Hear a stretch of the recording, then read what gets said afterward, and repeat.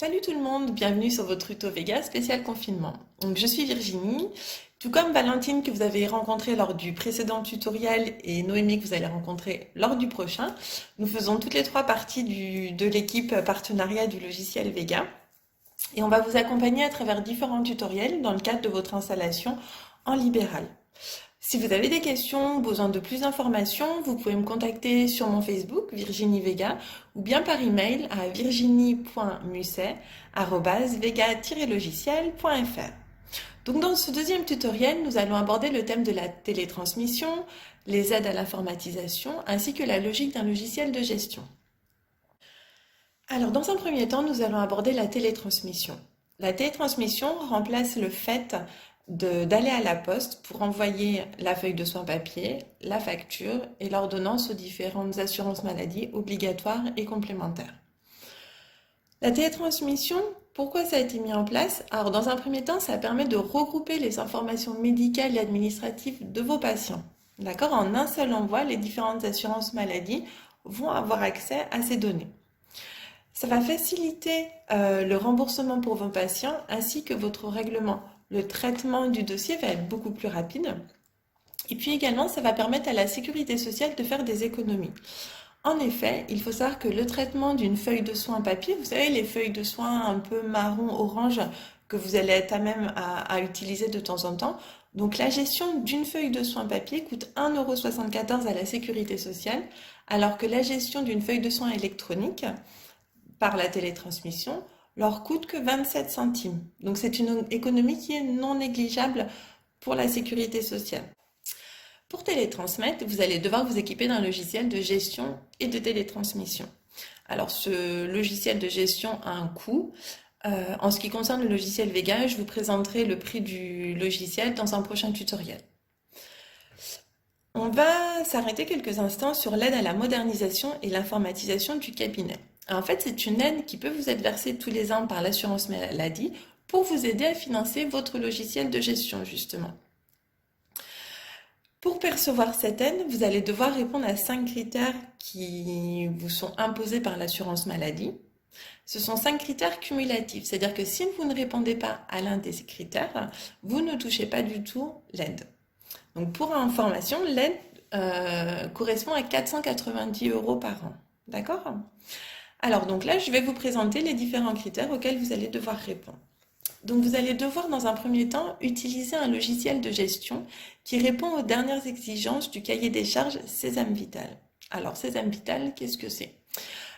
Pour nous, les éditeurs de logiciels, Sésame Vital, c'est un peu notre gendarme. C'est lui qui va nous imposer les règles auxquelles nous allons devoir répondre.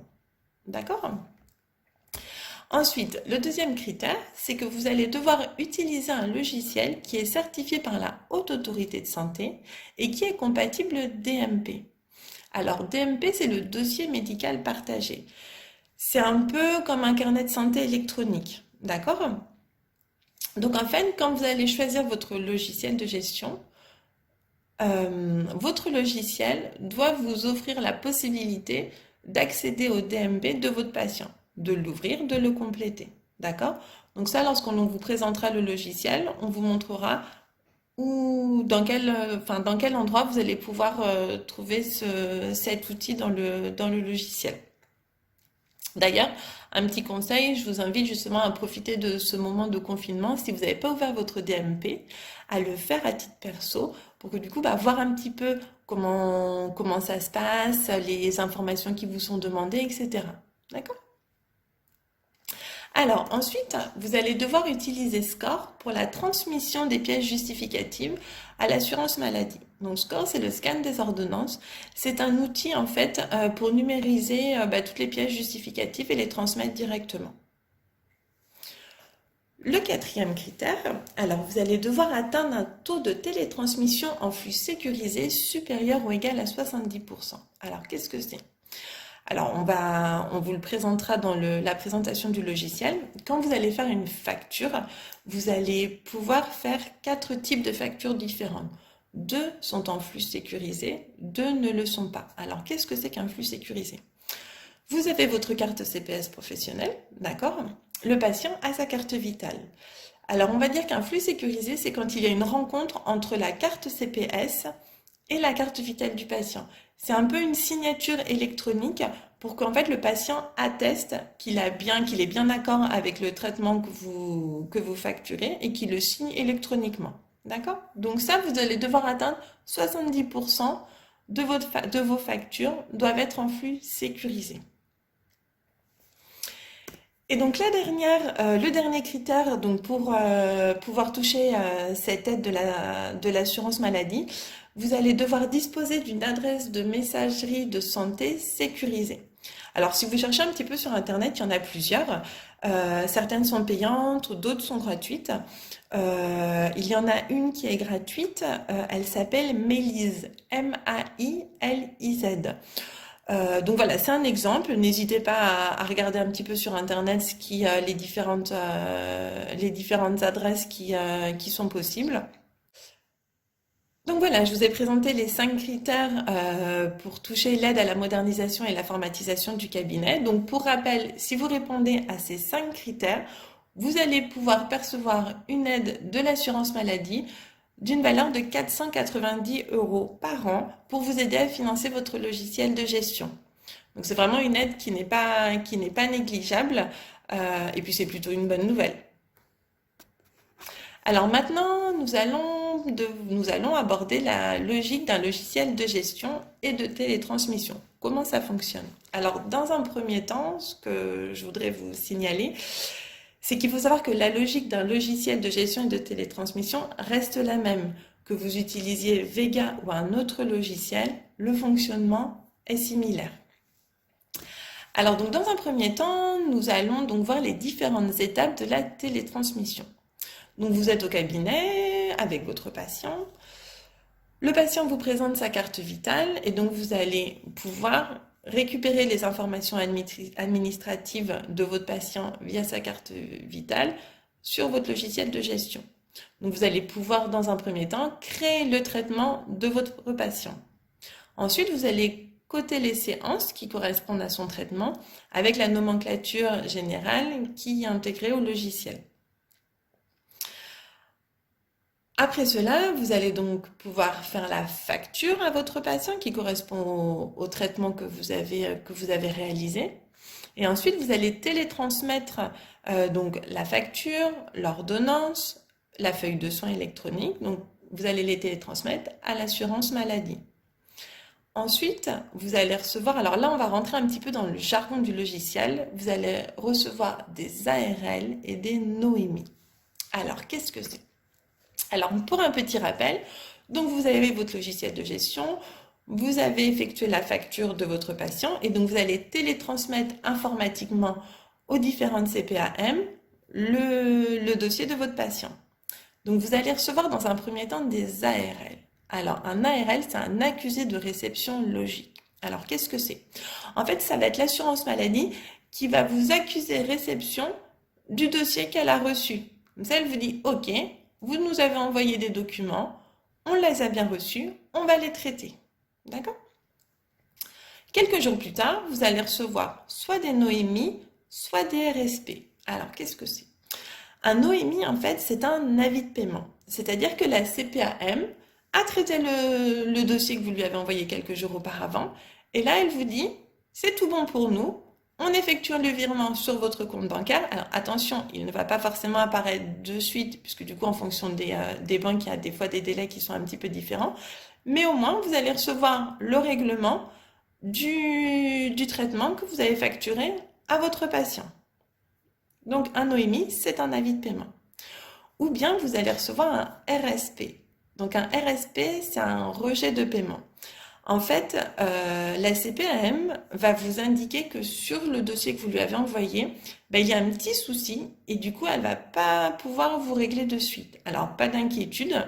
Dans le logiciel, vous allez pouvoir voir à quoi correspond l'erreur que vous avez effectuée ou l'oubli. Vous allez pouvoir faire la correction et retélétransmettre. Alors souvent, hein, c'est vraiment rien de grave, hein. Par exemple, l'ordonnance a mal été scannée et est illisible.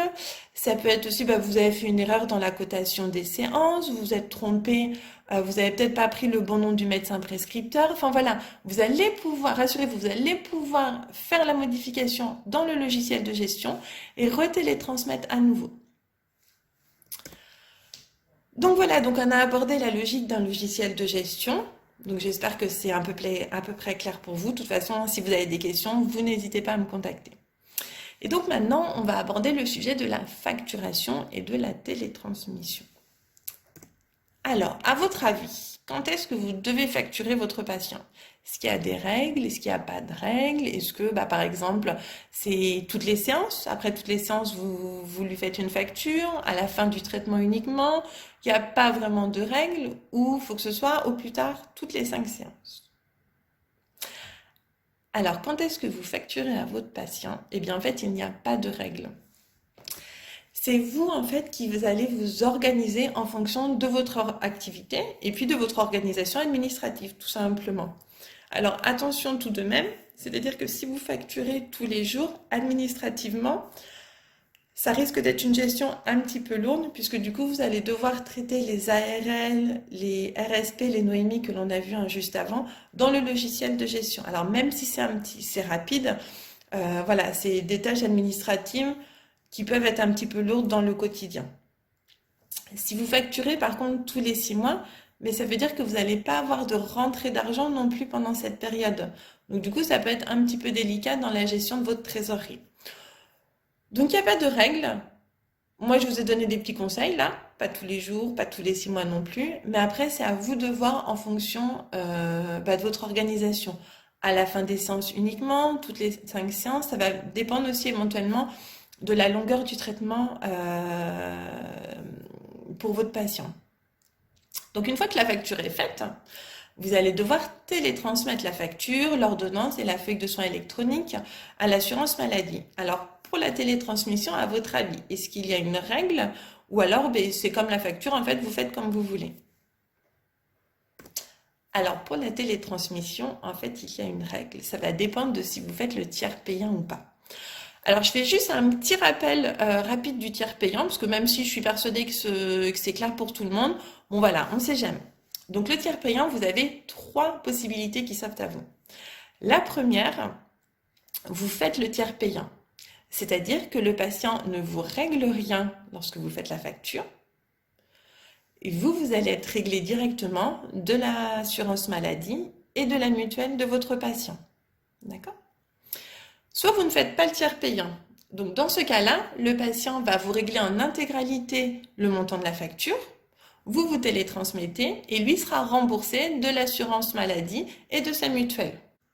Dernière possibilité, vous pouvez faire le tiers payant uniquement sur la part obligatoire. C'est-à-dire que le patient vous règle uniquement la part mutuelle. Après la télétransmission, vous percevrez le paiement de l'assurance maladie obligatoire et le patient sera remboursé de sa mutuelle. Alors juste une petite information, mis à part quelques cas particuliers que Noémie abordera dans le prochain tutoriel, vous n'avez aucune obligation de pratiquer le tiers payant. Alors, pour les délais de télétransmission, si vous avez facturé avec le tiers payant, vous avez 7 jours ouvrés pour télétransmettre à l'assurance maladie. Si vous ne pratiquez pas le tiers payant, vous avez 3 jours ouvrés. Alors pourquoi? Tout simplement parce que vous pouvez être un super bon praticien, mais l'administratif, c'est pas forcément votre truc. Eh bien en fait, dites-vous que si vous ne pratiquez pas le tiers payant, donc vous allez être rémunéré, pas de souci. En fait, le patient aura réglé la facture, vous aura réglé directement la facture. Mais sans télétransmettre, votre patient, lui, ne sera pas remboursé de l'assurance maladie et de l'assurance complémentaire. Donc ça peut être très embêtant pour lui d'avoir une somme d'argent comme ça sortie pendant X temps. Donc c'est pour ça que voilà, il y a 2 délais différents en fonction du tiers payant si vous le pratiquez ou si vous ne le pratiquez pas.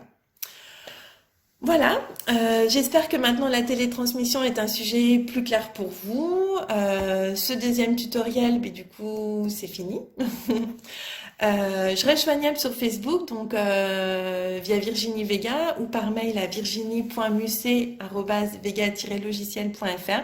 Vous n'hésitez surtout pas si vous avez des questions. Et puis je vous dis à bientôt et donc vous allez pouvoir rencontrer Noémie lors du prochain tutoriel qui abordera le thème des mutuelles. À bientôt!